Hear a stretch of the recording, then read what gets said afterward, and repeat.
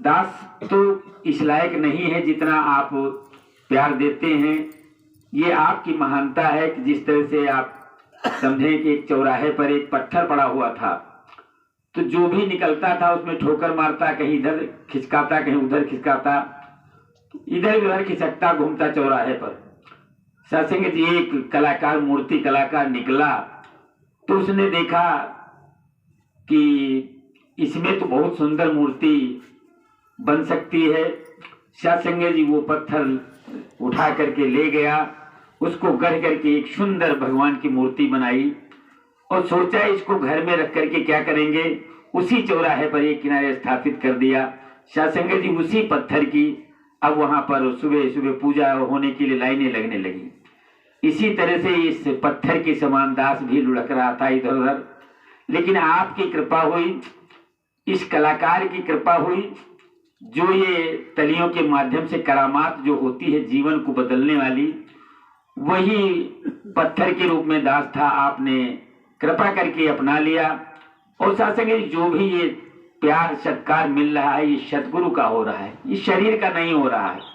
जो शरीर को समझ करके ये फला बैठा है उसका बहुत सम्मान हो रहा है। सत्संग ये सतगुरु की कृपा है, सभी एक एक संत ने कहा। और सत्संग जी ये जो भी हमारे मिश्रा जी का तो नाम है, बाकी इनके साथ में जितने भी प्रबंधक जुड़े हैं इस नाम की आवाज देते हैं कि आइए इस निरंकारी मिशन में परमात्मा के दर्शन कराए जाते हैं। जो वास्तव में यहाँ प्यार देख रहे हैं, मिलवर्तन देख रहे हैं, मधुरता देख रहे हैं, वो संसार में कहीं नहीं है। वही आवाज आप देख रहे हैं जहां आपके करीब में, गांव में, पड़ोस में अगर मस्जिद है तो वही 5 बार आवाज दी जाती है। जो आज मिश्रा जी यहाँ आवाज दे रहे हैं, आप संत दे रहे हैं, वही मस्जिद में 5 बार आवाज दी जाती है। लेकिन कितने लोग हैं जो उस पर विशेष ध्यान देते हैं कि आवाज किसके लिए है। सत्संग जी ये केवल और केवल गुरु और गोविंद की यहाँ चर्चा होती है। परमात्मा एक है, अल्लाह एक है, नाम अनेक हैं। हम अनेक नामों में उलझे हुए हैं, वास्तव में एको ब्रह्म द्वितीयो नास्ति। और उधर आवाज मिलती है कि अल्लाह अकबर, अल्लाह अकबर। अल्लाह का मतलब है जिसमें कोई दूसरी लाह नहीं, शाखा नहीं है। इसे स्वयं में अकेला है, खुदा खुद आया है और इसको स्वयंभू कहते हैं। ये स्वयं आया है, इसको न कोई लाने वाला है न कोई बनाने वाला है। सत्संग ये स्वयं में हमेशा से रहा है। ये पहले भी था जब सृष्टि नहीं थी, आज सृष्टि है तब भी है और सृष्टि नहीं रहेगी तब भी ये, इसमें कोई फर्क पड़ने वाला नहीं। आओ सत्संग जी विचार करना है। दूसरी बात ये बात आती है, इसको हम जानेंगे तो कैसे जानेंगे, क्योंकि यही तो है अशहदु ला इलाहा इल्लल्लाह। दूसरी लाइन में कहते हैं नहीं है कोई दूसरा इसके सिवा पूजने लायक। और यहाँ पे है सर्व खलीदम ब्रह्म नानार्थ किंचित, किंचित मात्र भी ब्रह्म के सिवा कुछ है नहीं।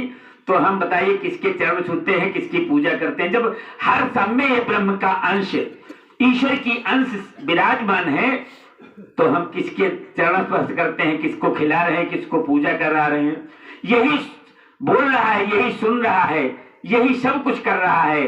सत्संग जी ये तो एक पिक्चर है इसकी, कि रील जिस तरह से घुमाता है, जिस तरह से जिसको कोई ये कलाकारी का जो पद दिया हुआ है, सत्संग जी वो रोल अदा कर रहा है। काम तो सभी सी का है, लेकिन ये जाना कैसे जाएगा। तो कहते हैं कि अशहदु अन मोहम्मद रसूलुल्लाह, ये अजान की रोज लाइनें हैं, ध्यान देना है। अशहदु अन मोहम्मद रसूलुल्लाह, ये मोहम्मद साहब जब शरीर में थे तब से आवाज दी जा रही है कि आओ ये अल्लाह जाना जा सकता है। जो मोहम्मद साहब जानना चाहे वो मोहम्मद साहब के पास में आकर के, इनकी शरण में आकर के, इनसे ज्ञान प्राप्त करके, इनका इल्म जो है इनसे हासिल कर सकता है। वो जान जाएगा कि अल्लाह है, कैसा है, कहाँ रहता है, क्या करता है। सत्संग जी जो समझ गए, सुन लिए और इसकी जिज्ञासा हुई, वो सत्संग जी दूसरे को भी आवाज देने लगे। अशहदु अन मोहम्मद रसूलुल्लाह, मोहम्मद साहब ही अल्लाह के संदेष्टा है, राजदूत हैं। यही अल्लाह के बारे में बता सकते हैं। आज वही तो निरंकारी मिशन में आवाज दी जाती है कि सतगुरु माता सुदीक्षा जी पूरे संसार को, मानव परिवार को, ये नहीं किसी एक मजहब को, एक बिरादरी को, एक किसी देश को या अपने कोई, पूरे मानव परिवार को आओ रब के दर्शन कर लो, कहे तो सब इंसानों को, पूरी मानवता को यह आवाज दी जा रही है जो वहां पर आजाद में, कुरान में दी जाती है। साथ संगत जी, ये काहे के लिए दी जाती है कि यहाँ पर मिश्रा जी जितने भी हमारे महात्मा प्रबंधक हैं कहते महापुरुषों 24 घंटे में 2 घंटे का समय जो सदगुरु ने दिया है, उसके लिए 2 घंटे आप सत्संग के लिए निकाल लें, उसके बाद 22 घंटे में आपका काम कोई रुकेगा नहीं। और जिसके लिए 2 घंटे में जो आप सत्संग में आएंगे तो आपका जीवन बदल जाएगा। और जो लगातार आ रहे हैं उनसे पूछिए कि पहले का जीवन क्या था और जब से ये ज्ञान मिला हुआ है तब से कोई बदलाव आया या नहीं आया है। मिला है जिनको पूरा सतगुरु, बाणी उनकी बदल गई। सबसे पहले तो बाणी भाषा बदल गई, जो तकरार की भाषा थी वो प्यार की भाषा में बदल गई। आइए सत्संग जी, ये किस लिए बुला रहे हैं? है अलग सलाह, आओ नमाज की ओर। वो चौथी लाइन में कहते हैं आओ नमाज की ओर, और यहां पर महात्मा लोग क्या कहते हैं? आओ सत्संग की ओर। क्या बात है कि वहां पर जो हम वही बुलावा होता है कि जब मस्जिद में आओगे वहां पर संतों के साथ में, आलिमों के साथ में बैठेंगे तो अल्लाह, गुरु और गोविंद के बारे में, अल्लाह और मोहम्मद साहब के बारे में जब आप चर्चा करेंगे तो आपका जीवन बदलना शुरू हो जाएगा। सत्संग जी यहां भी कहते हैं कि जब सत्संग, कुछ भी न करो, आप सत्संग आना शुरू कर दे और सत्संग में इन संतों, ब्रह्मज्ञानी संतों के साथ में जब बैठना शुरू कर देंगे तो सत्संग जी विचार करें कि अगर कोई लड़का अपने घर का है और वो किसी की संगत कर ले, कुसंगत, जुआ खेलने वाली की संगत कर ले तो उसके गुण आ जाएंगे, शराब पीने वाली की संगत कर ले उसके गुण आ जाएंगे, किसी टेक्निकल कारीगर की संगत कर ले तो उसके गुण आ जाएंगे। तो सत्संग संतों की संगत करेंगे क्या उसके गुण नहीं आएंगे? संतों के साथ में बैठना उठना हो जाएगा तो संतों वाले गुण आना शुरू हो जाएंगे। तभी कहते हैं कि आओ सत्संग में, कुछ न करो, सत्संग में बैठना शुरू कर दो और फिर ये अपने आप, जो कहते हैं कि ये परम प्रकाश रूप दिन राती, नहीं कछु चाहिए दिया घट बाती। इस भक्ति के लिए कोई धूप बत्ती, अगरबत्ती, पूजन सामग्री की जरूरत नहीं है, केवल आपको समय देना है इन ब्रह्मज्ञानी संतों के साथ में। तभी तो आपका सत्संग, आपकी इबादत, आपकी नमाज वहां से शुरू हो जाएगी। और ये हम करेंगे तो किस लिए करेंगे? क्यों करें भक्ति, क्यों करें सत्संग? तो कहते हैं अलल फलाह, आओ कामयाबी की ओर। 5वीं लाइन जो है अजान में कहते हैं आओ कामयाबी की ओर। और यहाँ क्या कहते हैं कि भैया भक्ति कर लो, भक्ति की युक्ति जब आ जाएगी तो मुक्ति मिल जाएगी। कामयाबी का मतलब है जो मानव शरीर मिला हुआ है इसकी मंजिल क्या है, और ये भक्ति किस लिए करें? ताकि हमें आखिरी अंतिम मंजिल जो हमारी है, हम पढ़ते हैं रामायण में, बड़े भाग्य मानुष तन पावा, सुर दुर्लभ सदग्रंथ ही गावा, साधन धाम मोक्ष कर द्वारा, पाए न जय परलोक समारा, ते परत दुख पावे, सिर धुंधनी पछताएं, काल ही कर्म ही ईश्वर मिथ्या दोष लगाएं। रामायण हम पढ़ लेते हैं लेकिन वो लाइनों को हम समझ नहीं पाते हैं कि वास्तव बड़े भागों से परमात्मा ने हमें मनुष्य शरीर 84 लाख योनियों को पार करने के बाद में मनुष्य शरीर दिया, किस लिए दिया हुआ है? और ये मनुष्य शरीर जो मिला हुआ है ये मात्र एक साधन है। जिस तरह से आप कहीं से भी आए हैं, दूर दराज से आए हैं, तो कहीं किसी न किसी साइकिल से, मोटरसाइकिल से या बस से या कोई टैक्सी से आए हैं, किसी साधन से आए हैं। और हमें जब मंजिल, आखिरी मंजिल पे जाना होगा, जो मुक्ति के मंजिल पर पहुंचना होगा, तो किस साधन से जाएंगे? तभी कहा गया है ये साधन धाम, मोक्ष के द्वार तक जाने के लिए कोई रेलगाड़ी, कोई बस, वो टैक्सी नहीं जाती है। शासन ने ये केवल 84 लाख मनुष्य शरीर जो मिला हुआ है ये एक साधन है।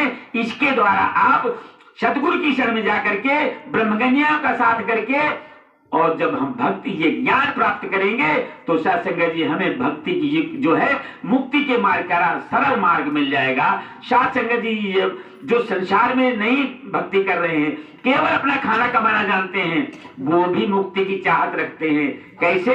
कैसे जब अंतिम समय आता है, जब वो चारपाई पर लेटे होते हैं, कहते हैं कि अब इनका अंतिम समय आ गया है, पंडित जी को बुला लाइए। तो कहें क्या करोगे? अरे गौदान करा दो, अभी जा रहे हैं, मुक्ति हो जाएगी। विचार करो, कभी जो वादा करके आए हो उसके तो करीब नहीं गए हैं, क्या पंडित जी को दक्षिणा देने से वो एक श्लोक पढ़ देंगे, मुक्ति हो जाएगी? ये सत्संग जी विचार करने की बात है। ये सत्संग में यही बातें सुनाई जाती हैं, बताई जाती हैं कि हमें किस तरफ कदम बढ़ाना है, क्या सोचना है, क्या करना है, जिससे हमको वो मार्ग मिले।